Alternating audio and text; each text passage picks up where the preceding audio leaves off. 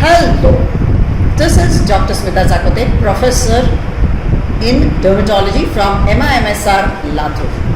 Today we have come up with a wonderful drug for you dermatology people, which is the drug that is methotrexate. Here I present my postgraduate final resident student. I would like you to introduce yourself. Hi, I am Dr. Swati Shandilia, MD Dermatology, third year resident in MIMSR Medical College, Latur. So today we are going to discuss a drug by name methotrexate. Often in dermatology we use this drug every day.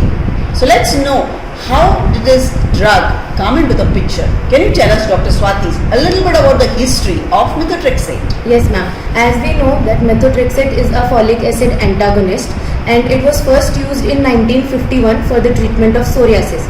But it was only after 20 years that it got FDA approved for the treatment of psoriasis. So it took 20 years for methotrexate to become FDA approved in dermatology, and again in 1981 it was FDA approved for rheumatoid arthritis. So methotrexate was primarily invented for dermatology but very commonly used by rheumatoid arthritis doctors today. Yes, Dr. Swati, can you tell us what is the mechanism of action of methotrexate? Yes, so basically what happens is when folic acid is converted into tetrahydrofolate, and it is converted into tetrahydrofolate by the enzyme dihydrofolate reductase. So what happens is methotrexate competitively binds and inhibits the enzyme dihydrofolate reductase DHFR, which in return will not let tetrahydrofolate to produce, and tetrahydrofolate is a key component in the synthesis of DNA and RNA. So methotrexate basically inhibits the DNA synthesis. And apart from DNA synthesis, there are two other mechanism of action via which the methotrexate acts. One of which is immunosuppression. Now, immunosuppression is done via T cell reduction. So methotrexate acts on T cells and reduces its production, leading to immunosuppression. The third mechanism of action of methotrexate is anti-inflammatory action. This happens by the production of adenosine. Now, how the adenosine is produced is a very complex process and we'll not get into that, but we'll just remember that anti-inflammatory action of methotrexate occurs via adenosine. So primarily you mean to say that it is going to prevent the DNA and RNA synthesis, one. Second is going to have a T cell suppression, and third, as you said, it is going to have anti-inflammatory action. Tell us how this drug metabolizes in the body and what is the excretion pattern. Yes, so the metabolism occurs only after 1 hour after the consumption of the drug, and it is basically divided into 3 phases. The first phase, which occurs within 1 hour of the intake, leads to distribution of the drug in the body.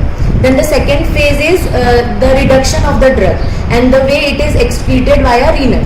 So this phase occurs in within 2 to 4 hours. Now the third phase of the methotrexate metabolism is basically the half-life of the drug, which is 10 to 27 hours. So the methotrexate is metabolized intracellularly in the liver, and the metabolites that are produced also have toxic effects. So this leads to the methotrexate toxicity when given, and it is excreted via renal.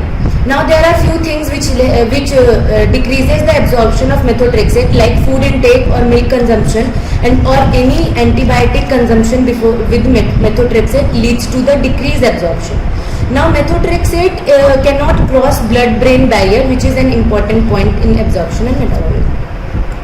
So the take-home back message would be very cautious when you are having a patient with liver problems or a renal problem.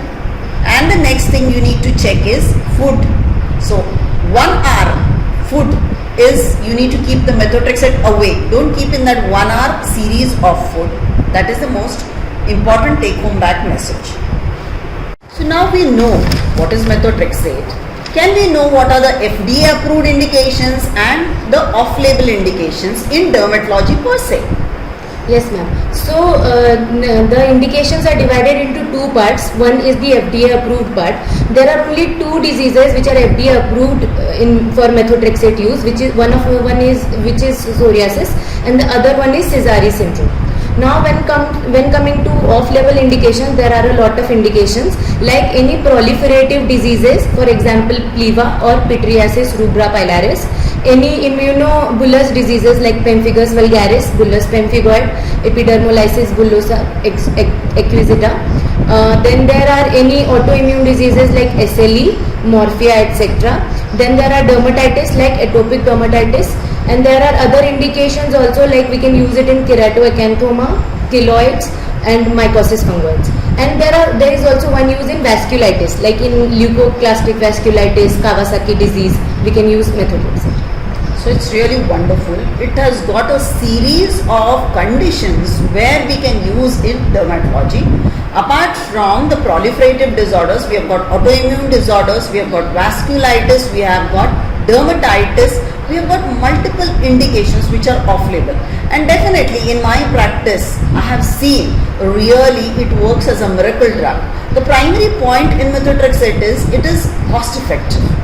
Only thing we need to be cautious, but it can act as a wonder drug in various dermatological conditions. Yes, Dr. Swati, we would like to know how do we go about with the dosing of methotrexate as a drug? So in psoriasis, we will start from 10 mg per week dosing, and we can increase every week 2.5 to 5 mg per week. But the maximum dose that we can achieve is only 25 mg per week. And once if there is any hematological or renal abnormality seen, then we should decrease the doses again by 2.5 to 5 mg per week. So this is about the dosing. Well, the drug is available in the form of 2.5 mg tablet. It is available in the form of injectable as well. So we can either take 2.5 mg, 5 mg, 7.5 mg tablets are available which we give, or even injectable which is available in 15 mg, 50 mg also. So any one of these can be given. If it is injectable, we can give it subcutaneously, or we can also give it intramuscularly. So that was about dosage.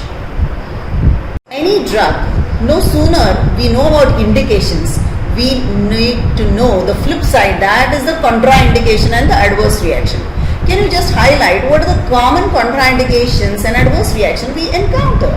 So again, contraindications, we have two types of contraindication. One is absolute contraindication, which includes pregnancy and lactation. The thing to remember is that methotrexate is a pregnancy X category drug. We cannot use it in pregnancy. Then coming to relative contraindications, any hepatic abnormality, any renal abnormality, diabetes mellitus, obesity, these are the relative contraindications. Again, if there is a woman which is trying to get pregnant or trying for conception, we can not use methotrexate in those patients. So these were the contraindications which were really absolute ones where we cannot use methotrexate. Yes, Dr. Swati, can you tell us some adverse reactions? Yes, so as we know that methotrexate is known to cause hepatotoxicity, it can cause renal abnormality, and there can also be a pulmonary adverse effect like acute pneumonitis. Then the most common side effect that occurs in methotrexate is pancytopenia, which is hematological. These are the adverse effects which happens with methotrexate. Definitely, any drug, as soon as you take, you may have nausea, vomiting, headache. So not to forget, these are the commonest things which each of our patients come down to us and tell us. Yes. How do we monitor this drug, Dr. Swati? So before starting the methotrexate drug, there are few investigations that we should do, which includes complete blood count, liver function test, kidney function test. Then we should always check for HbS-AG and Tridot, because we cannot use methotrexate in already immunosuppressed patients. So these are the basic investigations that we should do. But once we start methotrexate, CBC is the most common lab investigation that we should continue, and it should be done every 1 to 2 weeks for at least 1 month. Then we can reduce the frequency of doing that. Kidney function test can be done once or twice per year. and liver biopsy is indicated only when the cumulative dose of the drug reaches 2 gram in the body. Definitely we dermatological people don't really use very high dose. So reaching 2 gram takes couple of years. So doing liver biopsy in my practice in last 30 years, I'm yet to see one. Whenever we are called for a cross reference by a physician, even till date, I still have palpitation. Why? Because there are plethora of drugs which the patient has been put on, like NSAIDs, anti-convulsant drugs, and so many such drugs. And definitely we need to know that what are the interactions that happen. Can you tell us what? Yes, ma'am. So interactions I have divided into 3 parts. One is when the drugs which increases the level of methotrexate. So while using these drugs, we have to be cautious about the dosing of methotrexate. So these drugs are salicylates, SNAIDs, probenecid, phenytoin. These are the drugs. Then the other is the drugs which leads to hepatotoxicity. As we know that methotrexate also causes hepatotoxicity. So these drugs we should use cautiously, which includes alcohol and systemic retinoids. Now coming to the third part, these are the drugs which causes hematological toxicity. So again we have to be cautious. This includes trimethoprim and dapsone. So we really need to know what are the drugs which are interacting. Primarily, we need to remember it is NSAIDs, because when in case of psoriasis, they have arthritis definitely associated. So many a times we have to be very careful with NSAIDs. I would like to know, Dr. Swati, which are the books that you have referred to talk about this particular drug? So I have referred Wolverton, the book we use in dermatology for drugs, and also Goodman and Goodman pharmacology. So thank you so much. It was really wonderful to listen about methotrexate, and stay tuned with us, all the postgraduate students, because if you just simply listen or to this particular podcast or a video, you are going to have a quick revision. You need not read a book. Thank you so much. Stay tuned with our channel, like, share, and do forget to subscribe.